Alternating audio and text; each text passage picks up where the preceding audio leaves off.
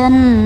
បន្តមកឈុតថ្មីមួយទៀតសម្រាប់ការថតនៅក្នុងទឹកដីឈុតនេះគឺជាទ្របដែលខ្ញុំស្រឡាញ់ជាងគេមកគ្រឿងមកខ្ញុំទាំងអស់ខ្ញុំស្រឡាញ់ឈុតអប្សរាជាងគេអត់ដឹងមិនបងប្អូនខ្ញុំមកអប្សរាគឺពេលណាគឺស្អាតពេលណាត្រូវនឹងតួរបស់ខ្ញុំសបល់ខ្មែរអង្គស្អែមស្រស់អញ្ចឹងទៀតដាក់ជាមួយនឹងមកុដក៏ដូចជាគ្រឿងអប្សរារបស់ខ្ញុំមានអារម្មណ៍ស្អាតហើយកាន់តែលើគ្រឿងមកដាក់ទៀតមកអញ្ចឹងដោយសារតែនេះគឺជាឈុតទី2ខ្ញុំមិនបានថតនៅទីតាំងណាផ្សេងទេគឺខ្ញុំជ្រើសរើសប្រាសាទអង្គរដែរព្រោះដោយសារតែត្រូវជាមួយអត្តន័យនៃឈុតក៏ដូចជាចម្លាក់ជាច្រើននៅក្នុងប្រាសាទភាពស្រស់ស្អាតរបស់ផ្កាសូហាដាក់មកគឺលើកអ្នកហមលើកគ្រឿងលើកតួយើងហ្មងព្រោះយើងជ្រើសរើសផ្កាស្រស់ដើម្បីធ្វើការលម្អមិនថារូបថតមិនថាវីដេអូក៏ដូចមានអារម្មណ៍ថារស់រហូតហើយខ្ញុំមកប្រហែលដងក៏នៅតែមានអារម្មណ៍ថាស្រស់ស្រាយដែរបងប្អូនសម្រាប់ការថតខ្ញុំមិនអាចថតរៀងធំបានទេព្រោះដោយសារតែនិយាយទៅជាទូទៅប្រាសាទអង្គរក៏ជាប្រាសាទមួយដែលមានភ្ញៀវទេសចរទាំងជាតិអន្តរជាតិច្រើនមែនតើអញ្ចឹងដើម្បីឲ្យបានប្លង់ស្អាតគឺពួកយើងព្យាយាមដើររកទីតាំងមែនតើតែបានប្លង់មួយណាដែលបងប្អូនក៏អាចបានអញ្ជើញទៅចិត្តអញ្ចឹងបងប្អូនចង់យើងងាយស្រួលក្នុងការថតយើងថតដាក់ក្បាច់ខ្លះយើងថតដើរខ្លះអីចឹងណាបងប្អូនដើម្បីទទួលបានបរិយាកាសរបៀបធម្មជាតិផងរបៀបការសម្ដែងថ្ងៃនេះខ្ញុំធ្វើបណ្ដាលមកយាយបងប្អូននិយាយទៅភ្លៀងរាំងនិយាយទៅធាក់សជុំមកមើលតែដំណត់ទឹកភ្លៀងនៅក្រោយអប្សរារបស់ខ្ញុំមកដឹងហើយថាខ្ញុំតែជាចំពោះការចាយពេលវេលាក្នុងការតុបតែងខ្លួនក៏ដូចជាការថតនឹងរៀងយូរគួរសមដែរពីមួយឈុតទៅមួយឈុតដូចជំរាបនៅក្នុងវីដេអូទី1អញ្ចឹងប៉ុន្តែយើងនឹងធ្វើមិនព្រោះនេះជាការងារមានតែពាក្យថាត្រង់នឹងតស៊ូទៅមុខបន្តទៀតខ្ញុំមកឃើញសិលាណាក៏ស្លៀកអប្សរាគឺស្អាតមែនតើសម្រាប់ចិត្តខ្ញុំមកទាំងទឹកមុខអាកប្បកិរិយាក៏ដូចជាកាយវិការរបស់គាត់ដាក់គ្រឿងអប្សរាលើខ្លួនគាត់មកគឺ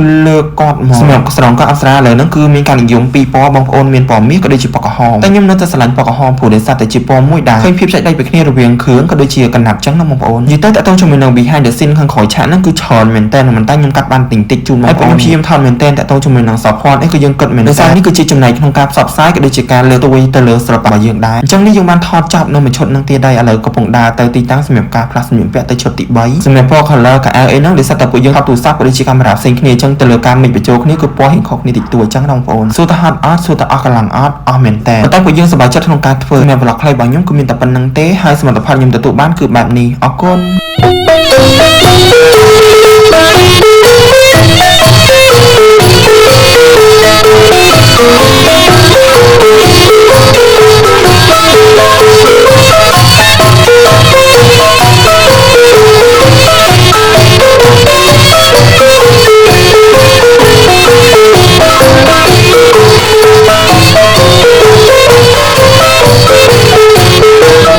ត្រូវការសម្លៀកបំពាក់ឬមួយក៏ការសម្ដែងរបាំបុរាណព្រមទាំងមានចម្ងល់ផ្សេងៗតាក់ទងជាមួយនឹងការសម្ដែងអាចតាក់ទងមកលេខទូរស័ព្ទនេះឬមួយក៏សាកសួរខាងក្រោមបានអរគុណ